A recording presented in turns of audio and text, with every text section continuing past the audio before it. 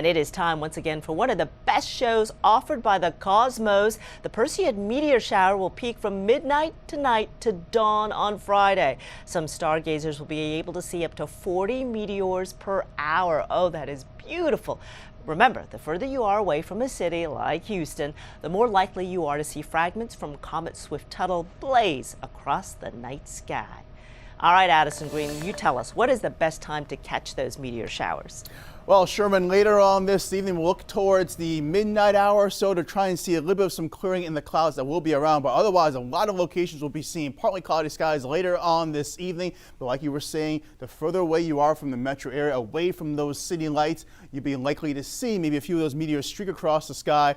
You can see right here throughout your cloudcast, we do go in towards that midnight hour, seeing a little bit of a break in the cloud deck, but then you get a little bit of some moisture streaming on in throughout the early morning hours. So you'll be hard pressed to see them, unfortunately, but there will be a few windows every now and then. Now the window right here, looking out here towards portions of Galveston Island, looks simply marvelous, and we do have a nice fair sky up above. Temperatures sitting just shy of 90 degrees, but certainly feeling well into the low 100s when you factor in that very high dew point of 77 degrees. It's a very tropical-like air mass. We do have a little bit of a breeze. It's coming off the Gulf of Mexico, unfortunately, so that means more mugginess will be felt around this afternoon. We have a feel-like temperature in Angleton of 116. It feels about 104 in Sugar Land, 110 in Katy, and 102 at Bush and the Continental. So that is the reason why we are seeing, like we did see yesterday, a heat advisory up in effect for those orange highlighted counties, where feels-like temperatures this afternoon could feel about 106 to 110 degrees. So definitely make sure you limit your exposure to that sun, that heat, and take it easy during those peak daytime heating hours. Skies are relatively clear out there, with one lone shower and thunderstorm popping up in central Brazoria County. That's about it. Big picture shows we got high pressure sitting over the southeast, pumping in that Gulf moisture along the way. There is a frontal boundary in sight, but it's going to be up across the central plains and unfortunately going due east. So we're not going to be able to get any relief coming our way from any front to kind of squeeze out some of that moisture in the atmosphere.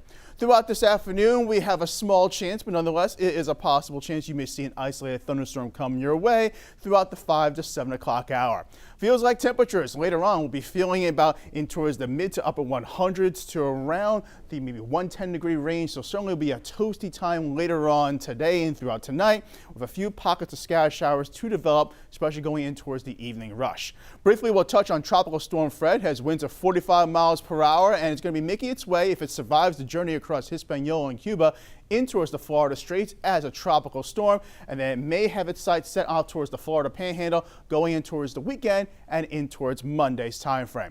Over the next several days, it's more of the same coming our way as we're right into the middle of the heart of the summer season right here in Houston. That means high temperatures in the mid to upper 90s, feel like temperatures higher than that, and Sherman, unfortunately, a few chances for afternoon showers and thunderstorms. All right, but we're used to that. Okay, thanks, Addison.